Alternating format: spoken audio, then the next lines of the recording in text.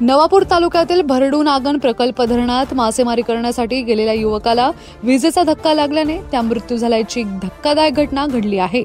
नवापूर तालुक्यातील भरडू धरणात सकाळी 9 वाजता मासेमारी करणारा अर्जुन धनजी गावित वय 59 हा राहणारा केळी तालुका नवापूर हा धरणात जाळे टाकून जाळात अडकलेले विजेची वायर एकीकडे करत असताना त्याला जोरात करंट लागल्याने धरणातच त्याचा मृत्यू झाला।